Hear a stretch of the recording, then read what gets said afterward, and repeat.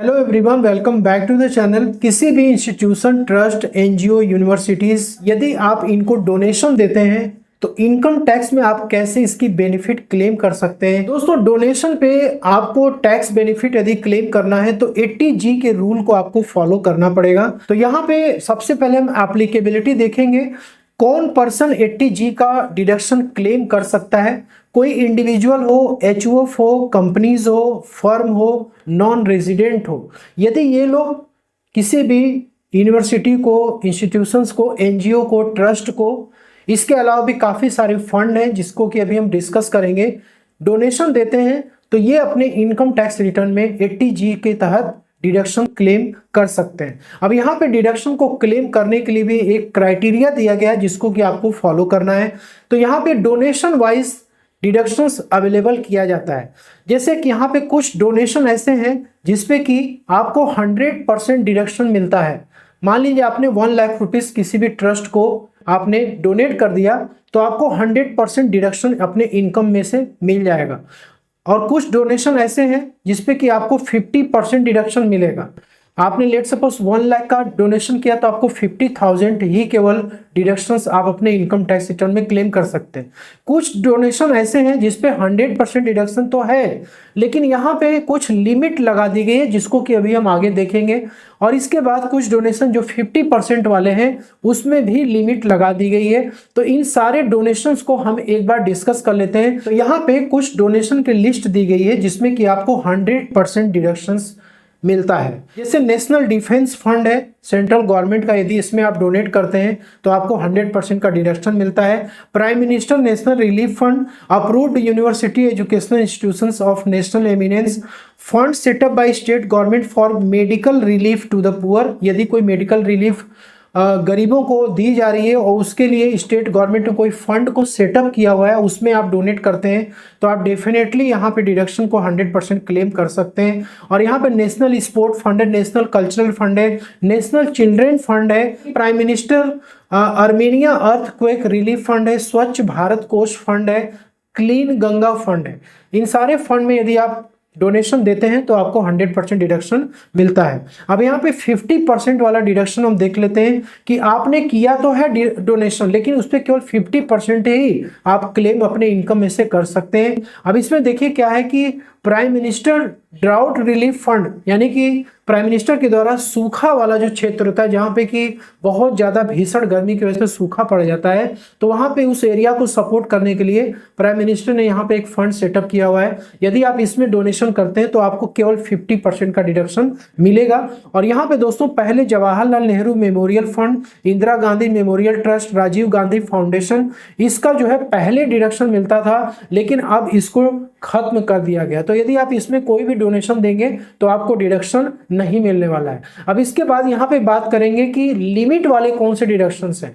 100% तो यहाँ दिखाया जा रहा है लेकिन उस पर लिमिट लगा दी गई। अब लिमिट किस प्रकार की उसे भी हम समझेंगे। तो इसमें वो डोनेशन है जो कि फैमिली प्लानिंग को प्रमोट करने के लिए किए जाते हैं। अब यहाँ पे क्या होता है कि इस तरीके का जो भी प्लानिंग की जाती है वो गवर्नमेंट के द्वारा किया जाता है। कोई भी लोकल अथॉरिटी हो, इंस्टीट्यूशंस हो या एसोसिएशन हो जिन्होंने कि अपना ये फंड सेटअप किया हुआ है, उसमें आप डोनेशन करते हैं ताकि वो फंड यूटिलाइज हो सके फैमिली प्लानिंग को प्रमोट करने के लिए। और सेकेंड यहाँ पे है donation by a company to the Indian Olympic Association और any other notified association to develop infrastructure for sports and games in India and sponsor sports and games in India.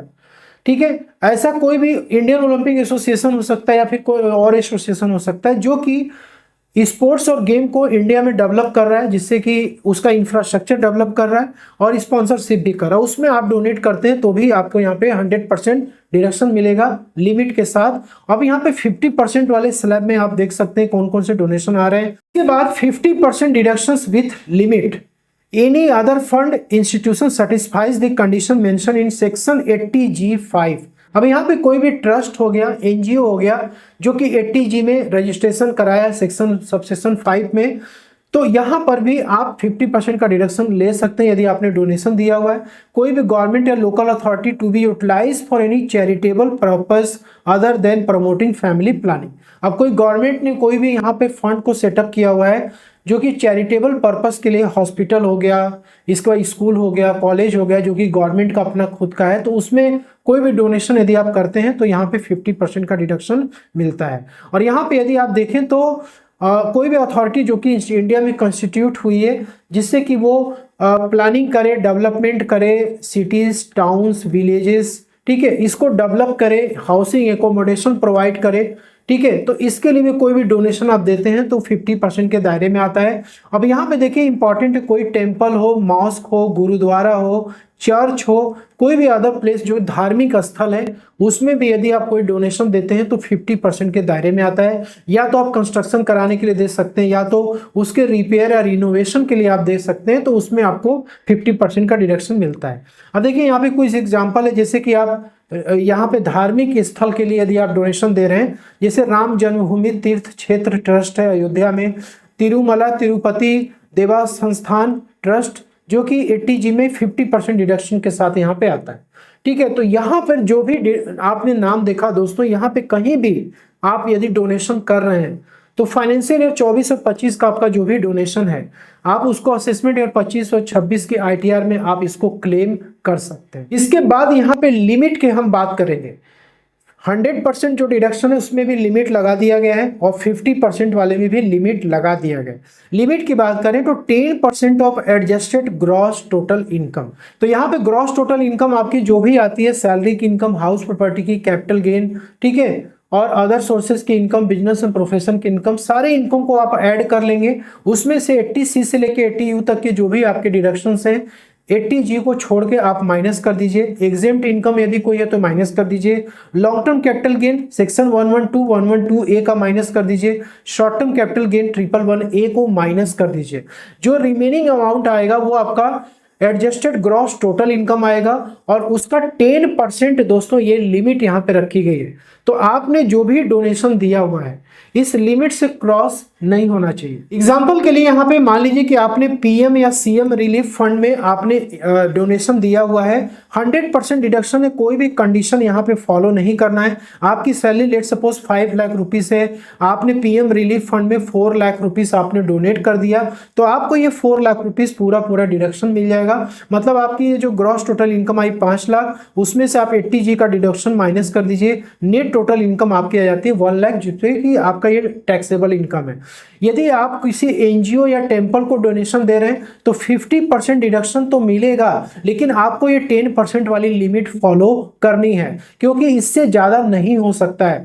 तो salary income 5 lakh की है, donation आपने दिया 4 लाख का, तो इस 4 लाख का दोस्तों 50% ही केवल एलिजिबल है NGO टेम्पल ट्रस्ट के केस में कि 2 लाख रुपए आपने अमाउंट डोनेट कर दिया, ठीक है। 10% ऑफ इनकम विच मीन्स की जो सैलरी की इनकम आपकी 5 लाख की, अब इसमें यहाँ पे लेट सपोज की कोई डिडक्शन नहीं है, कोई एग्जेम्पशन नहीं, कोई long term short term capital gain नहीं है, तो आपकी ये एडजस्टेड ग्रॉस टोटल इनकम मान ली जाएगी और 10% निकालेंगे तो 50,000 रुपीज से मिनिमम आपका अमाउंट है जो कि आप 80G में क्लेम कर सकते हैं। यहाँ पे 2 लाख रुपए आपका आ रहा है लेकिन 2 लाख आप क्लेम नहीं कर सकते, आपको 50,000 ही क्लेम करना होगा। इस रूल को आपको फॉलो करना पड़ेगा। Gross total income 5 lakh, 80G का डिडक्शन आपने माइनस कर दिया, नेट टैक्सेबल इनकम 4,50,000 रुपीज आ रहा है। अब यहाँ पे इंपॉर्टेंट ये है कि यदि आप डोनेशन दे रहे हैं तो आपके कौन कौन से डोनेशन 80G के लिए एलिजिबल होंगे। जैसे कि आप यदि कैश में दे रहे हैं तो 2,000 रुपए के नीचे ही आपका कैश में डोनेशन होना चाहिए। यदि 2,000 रुपए के ऊपर क्रॉस करता है तो फिर उस केस में आप 80G में डोनेशन को क्लेम नहीं कर सकते हैं।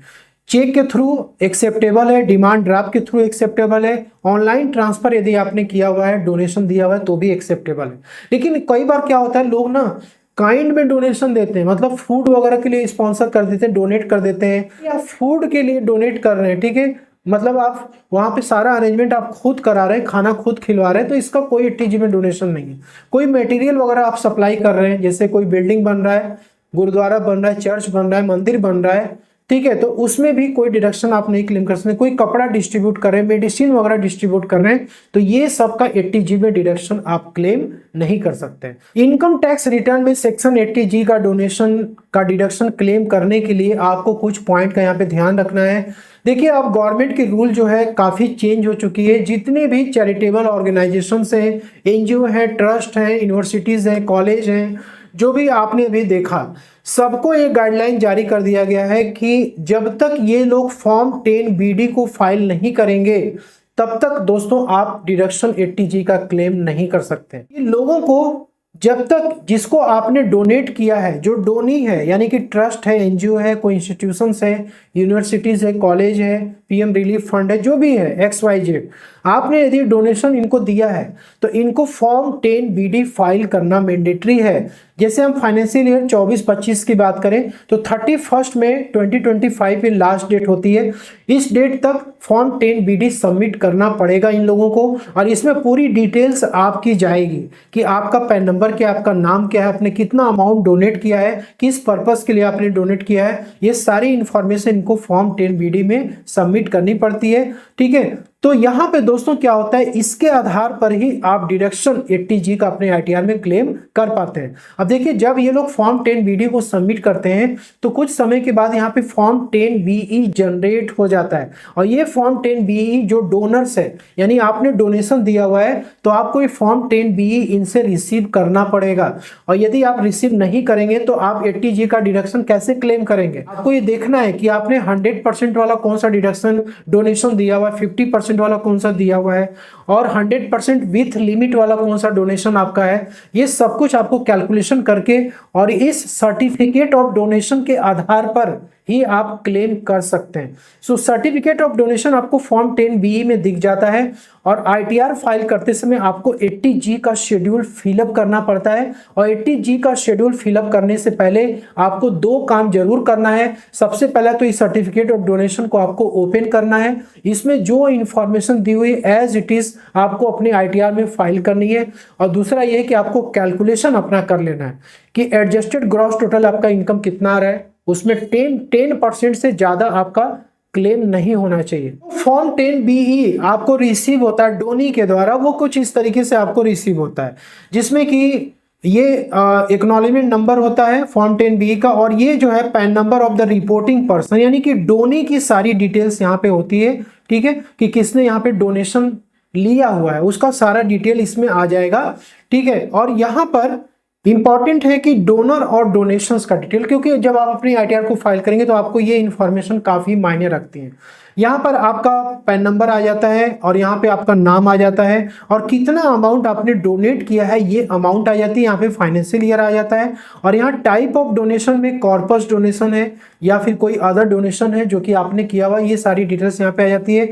और 80G के लिए क्या ये डिडक्शन एलिजिबल है, तो यस। तो ये जो आपका डोनी है, जब वो फॉर्म 10BD सबमिट करेगा तो ये फॉर्म 10BE जनरेट होके आ जाएगा, और इसके आधार पर ही आपको क्लेम करना है। अब देखिए, शेड्यूल किस तरीके से अपडेट आपको करना होता है। इनकम टैक्स रिटर्न को फाइल करते हैं तो वहां पे डिडक्शन वाला जो आपका शेड्यूल होता है उसमें 80G का आपको डिडक्शन दिखता है। इस तरीके से शेड्यूल आपको फिलअप करना पड़ता है, जो फॉर्म 10BE आपको मिला है और जो आपने कैलकुलेशन कर रखा है उसके आधार पे आपको फिलअप करना होता है। तो जैसे यहाँ पे 80G का डिडक्शन विदाउट रेस्ट्रिक्शंस, मतलब 100% डोनेशन यहाँ पे एलिजिबल होता है। वैसे 50% का भी हो गया, लिमिट वाला भी हो गया, तो जो आपके ऊपर एप्लीकेबल होगा वो सेलेक्ट करके आपको ये शेड्यूल फिलअप करना है। जब तक इसको आप फिलअप नहीं करेंगे तब तक आप क्लेम नहीं ले सकते। और हमेशा ध्यान रखना है कि यहाँ पे जो भी अमाउंट आप फिलअप कर रहे हैं ये अमाउंट आपका ज़्यादा नहीं होना चाहिए, आपका फॉर्म 10BD से मैच करना चाहिए। यदि आपका डोनर फॉर्म 10BD को सबमिट नहीं किया है और आपको फॉर्म 10BE नहीं मिला है और आप यहाँ पर शेड्यूल को फिलअप कर रहे हैं 80G के लिए, तो आपको यहाँ पे कोई भी डिडक्शन नहीं मिलने होगा, ये डिडक्शन आपका रिजेक्ट हो जाएगा। ठीक है, और दूसरी चीज़ है कि आपका अमाउंट में मिसमैच नहीं करना चाहिए। जो आपके फॉर्म 10BE में अमाउंट है वही अमाउंट आपको यहाँ पे मेंशन करना है, कोई भी चेंजेस आपको नहीं करना है। ठीक है, तो यहाँ पे आपका नेम आ जाएगा और यहाँ पे डोनी का पैन नंबर आ जाएगा, उसका एड्रेस हो जाएगा, सिटी टाउन हो जाएगा, स्टेट हो जाएगा, पिन कोड हो जाएगा और अमाउंट यहाँ पे आपको ध्यान रखना है कि आपने कितना कैश में दिया हुआ है और एनी अदर मोड में आपने कितना दिया हुआ है। ये दोनों अमाउंट आपको यहाँ पे मेंशन करना पड़ेगा। तो आपने लेट सपोज कि एक साल में आपने 5 इंस्टीट्यूशंस को या 5 ट्रस्ट को आपने डोनेशन दे दिया, तो यहाँ पे 1 बाय 1 करके आपको ये शेड्यूल फिलअप करनी है, देन आपको यहाँ पे ऐड करना पड़ता है। तो ये आपके इनकम टैक्स रिटर्न में अपडेट हो जाएगा और इसके अकॉर्डिंग ही आपकी जो इनकम है वो कम हो जाएगी और आपको डिडक्शन मिल जाएगा। तो दोस्तों उम्मीद करता हूं कि 80G का जो कंडीशंस है डिडक्शन को क्लेम करने का वो आपको समझ में आ गया होगा। वीडियो अच्छी लगी लाइक शेयर जरूर करेगा। मिलते हैं नेक्स्ट वीडियो में, तब तक के लिए जय हिंद जय भारत।